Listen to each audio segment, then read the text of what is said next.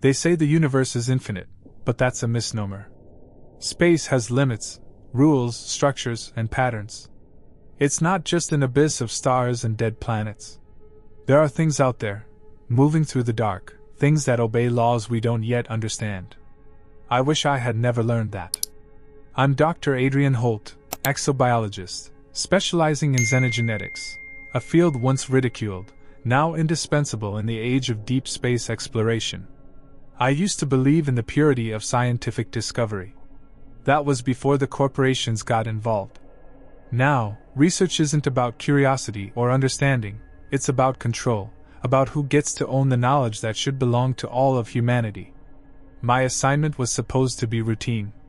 A team of scientists, an advanced research vessel, and a newly detected anomaly orbiting a rogue planet outside our solar system. It wasn't supposed to be a nightmare. But that's the thing about space. You don't find the horrors, you just wake up one day and realize they've been staring at you the whole time. It began with a signal. Not a transmission, not a message, at least not one intended for us. It was a fluctuation in the electromagnetic spectrum, rhythmic and strangely organic. The signal pulsed with an eerie, almost deliberate consistency, cycling every 79 hours. It originated from a barren, frozen world drifting in the Kuiper Belt, a planet catalogued as Erebus 7. No atmosphere. No magnetic field. Just a lifeless rock spinning endlessly in the void. But something was there. Something massive. The readings were wrong. The gravity was off, the density inconsistent, the planetary crust shifting in patterns too precise to be natural. Most baffling of all, Erebus 7 was not alone. Something orbited it, though it had no moons. A structure, blacker than the surrounding space, barely visible except when it eclipsed the planet's faintly glowing surface. It moved irregularly, almost like it was drifting. We were sent to investigate. The Daedalus was a marvel of modern engineering, a sleek, AI-assisted exploration vessel equipped with the latest in quantum field drives. It wasn't meant for war, but for knowledge. That's what they told us. That's what we told ourselves. Our team was small but elite. Captain Voss, an ex-NASA pilot turned corporate asset, led the expedition. A disciplined man, controlled to the point of discomfort. Then there was Kimura, our chief engineer, as brilliant as she was impatient. Malik, the xenogeologist, who never stopped taking notes even when he should have been watching his own back. And then me, the biologist, dragged out here because something about Erebus 7 didn't match any known geological formation. We should have turned back when we saw it up close. Daedalus dropped out of FTL in high orbit around Erebus 7, the transition smooth as ever. But the moment we arrived, the ship's long-range scanners flickered. Data stuttered. Our AI LUX reported inconsistencies in the star maps, like something was distorting our position, just slightly. We brushed it off. Instrument interference. Nothing more. Then we saw it. The anomaly wasn't a satellite, and it wasn't a natural formation. It was something else. A shape, impossible to measure. It wasn't solid in the way a ship or a planet should be. It shifted, edges indistinct, a silhouette against the blackness that somehow felt deeper than space itself. It wasn't just a void, it absorbed light, swallowed it whole, like an absence-given form. And it was moving. Toward us. We deployed probes.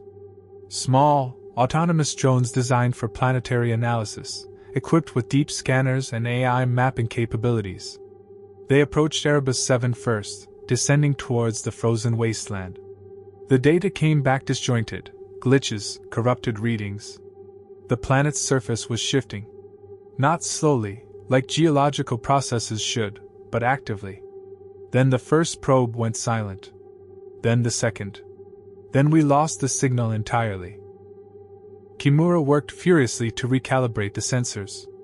Malik theorized that the planet's crust was metallic, capable of disrupting electromagnetic signals.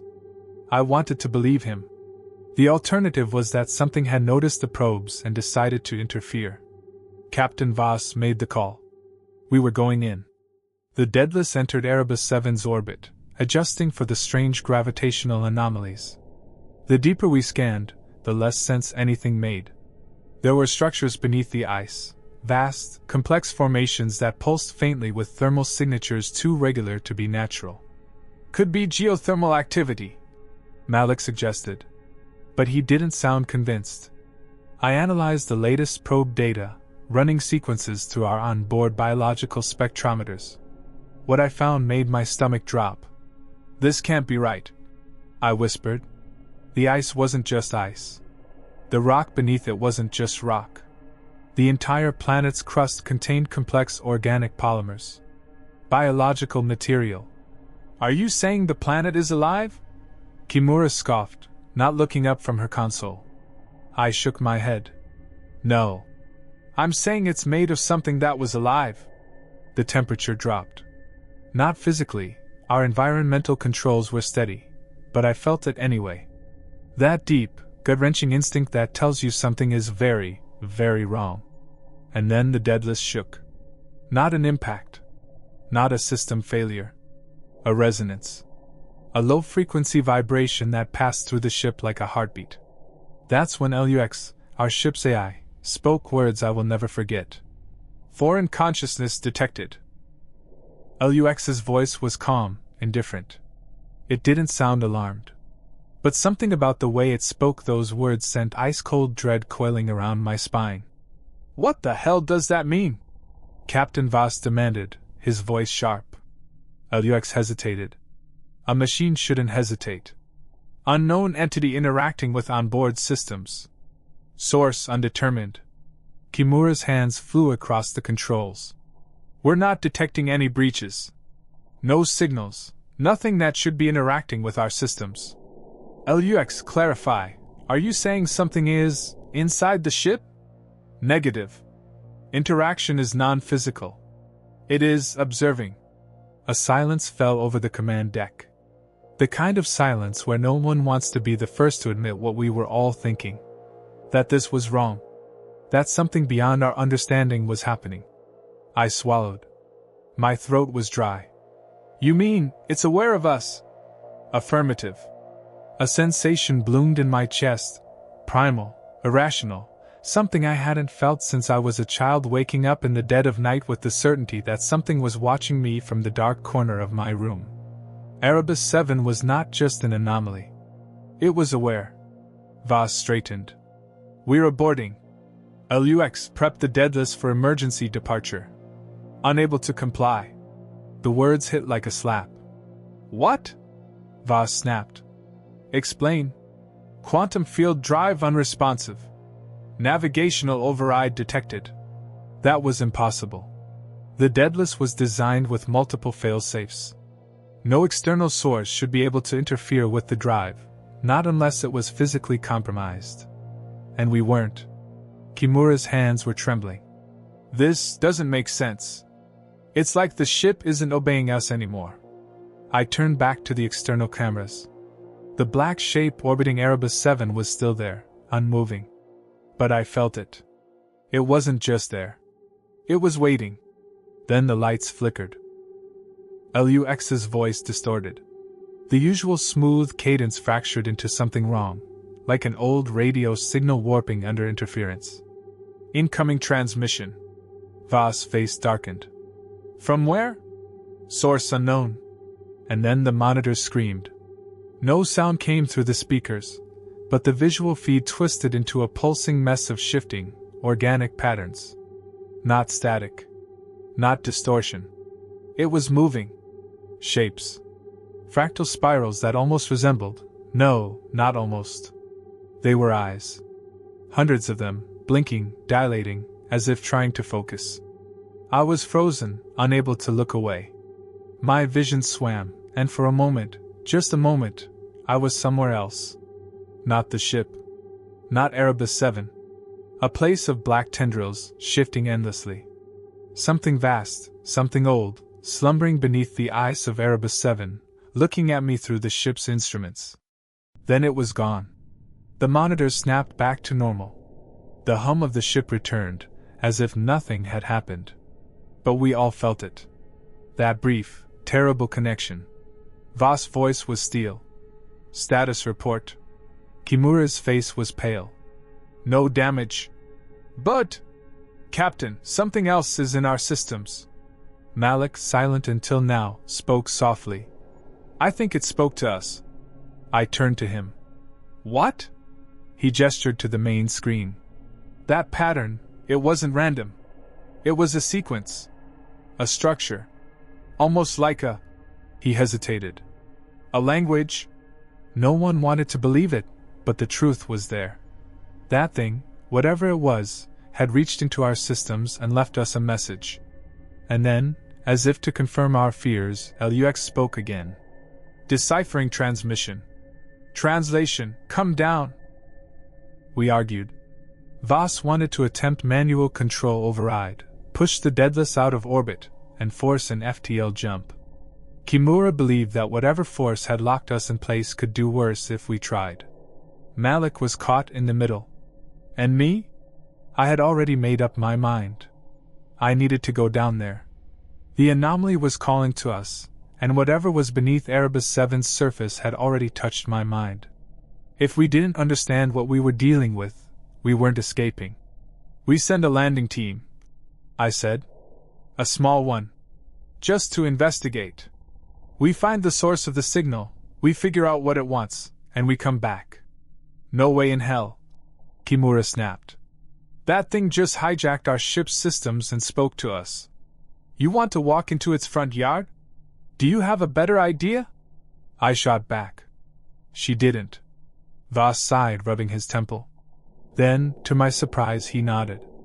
Fine. We go in. But no risks. I didn't correct him. There was no way we were coming back from this without risks. We descended in the Orpheus, a small lander built for harsh environments. The atmosphere of Erebus 7 was thin, nearly non-existent, but the gravity was wrong. It was heavier than it should have been, like something beneath was pulling at us. The surface was endless ice, stretching into infinity, the frozen remains of an ancient ocean. But as we neared our landing site, the terrain changed. The ice was broken, jagged, like something had been trying to push through from beneath. And then we saw it. A structure. Buried in the ice, only its top exposed, a monolith smooth and black, shaped like an eye. My stomach turned. We landed. Stepping out onto the surface was like stepping into a graveyard. The silence was absolute, the air cold and sterile. Even in my suit I felt it. We approached the monolith cautiously. My scanner flickered, struggling to analyze its material. It wasn't stone. It wasn't metal. It was something in between, something shifting at a molecular level. Then Malik gasped. Look! Carved into the monolith's surface were symbols. Deep, precise, arranged in patterns that pulsed faintly with an inner light. Kimura exhaled, voice shaking. It's a door. Voss reached for his comm. Deadless, do you copy? Silence. A cold pit formed in my stomach. I checked my own comms. Nothing. We weren't alone down here. Something had cut us off. And then, from deep beneath the ice, the ground shuddered. Something was waking up. The ground beneath us was not solid. It pulsed. A deep, distant vibration spread through the ice, rhythmic, like a heartbeat. Voss grabbed my arm. His voice was steady, but his eyes weren't. We're leaving. Now. But my gaze was locked on the monolith. The symbols had begun to shift. Slowly at first, then faster, rearranging, reshaping themselves into new configurations, like a response. Kimura was already moving. Get back to the Orpheus, now. No one argued. We turned to run. Then the ice cracked. A deep fissure split the ground between us and the lander, stretching into an abyss of blackness. The sound wasn't just a fracture. It was something breaking through. Then, from the depths, something rose. A shape too large to comprehend, like the reflection of a massive structure in disturbed water, shifting, never quite settling. It wasn't solid, at least not in any way we understood. Its edges bent reality, warping the space around it. And at its center, eyes. Thousands of them. Some massive, others small, arranged in spirals, blinking in slow, alien unison. I was frozen. My mind screamed for my body to move, but I was locked in place, staring into those endless, watching things. And then, they opened in my mind. A force unfolded inside my thoughts. Not a voice, not words. It was conceptual, a transmission beamed directly into my consciousness. It showed me what it was. Not a creature. Not a god. A survivor. The truth crashed into me like a wave of cold black water. Erebus 7 wasn't a planet. It was a corpse. Once, it had been alive, an organism beyond our comprehension, a vast, stellar-scale entity that had drifted through the void for eons. But it had been hunted. Something had killed it. The monolith was not a structure. It was a tombstone. A beacon left behind to warn others. But the thing beneath the ice, it wasn't the original entity. It was a remnant. A fragment of the intelligence that had once inhabited this world. Trapped. Isolated. It had been calling out for centuries, blind and alone. Until we answered. I felt its hunger, its longing to be whole again. And I felt its realization.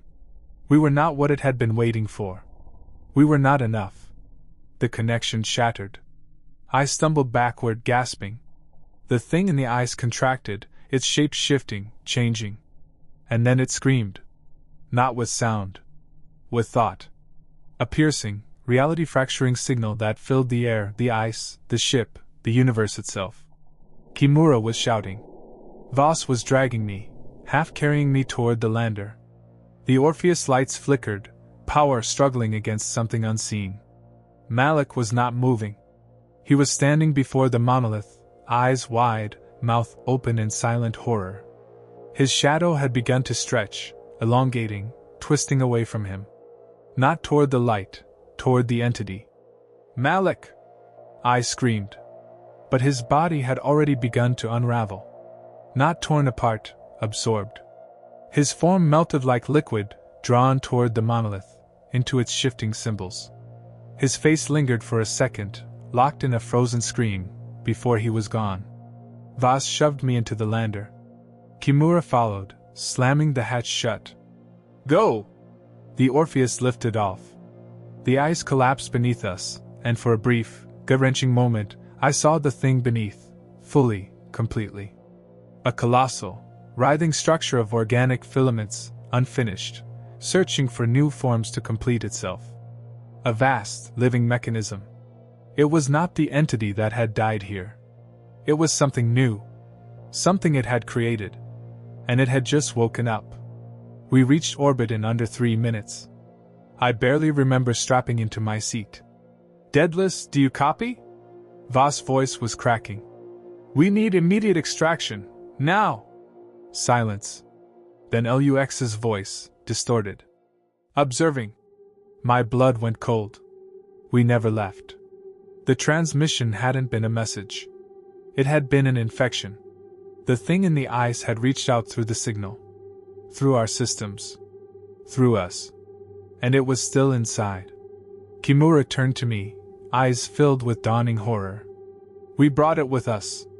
The Daedalus made it back to deep space. We engaged the FTL drive. We ran. But I know it's not over. The signal still hums in my thoughts, a low, steady pulse at the edge of my mind. Waiting. I don't think we escaped. I think we became part of it. And I don't think we're the last.